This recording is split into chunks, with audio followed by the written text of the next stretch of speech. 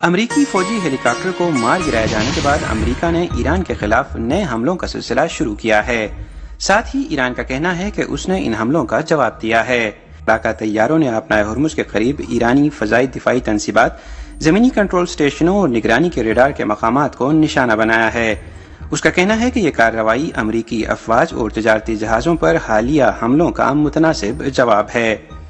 ایران کی سپاہ پاسداران انقلاب اسلامی کا کہنا ہے کہ ایرانی بحریہ نے مقامی وقت کے مطابق رات 2:30 بجے بحرین میں امریکی بحریہ کے 5ویں بیڑے پر ڈرون حملہ کیا۔ بدھ کو جاری کردہ ایک بیان میں کہا گیا ہے کہ یہ اقدام دشمن کی طرف سے مخالفانہ کارروائی کے جواب میں کیا گیا ہے۔ امریکی سینٹرل کمانڈ کے ایک ترجمان نے NHK کو بتایا کہ ایران کا دعویٰ غلط ہے۔ اس سے قبل امریکی صدر ڈونلڈ ٹرمپ نے سوشل میڈیا پر کہا تھا کہ ایران نے اپنا ہرمز میں گشت کرنے والے ایک اپاچی ہیلی کاپٹر کو مار گرایا ہے۔ انہوں نے کہا کہ دونوں پائلٹ محفوظ ہیں اور زخمی نہیں، اور امریکہ کو ضرورت کے مطابق جواب ہر صورت دینا چاہیے۔ کشیدگی میں یہ اچانک اضافہ ٹرمپ کے اس بیان کے بعد ہوا جب انہوں نے کہا کہ واشنگٹن اور تہران امن معاہدہ کرنے کے بالکل آخری مراحل میں ہیں۔ چین کے صدر شی جن پنگ نے منگل کو شمالی کوریا کا اپنا 2 روزہ دورہ مکمل کر لیا۔ یہ واضح نہیں ہے کہ آیا شی اور شمالی کوریا کے رہنما کیم جونگ اون نے شمالی کوریا کی جوہری پیش رفت پر بات چیت کی یا نہیں۔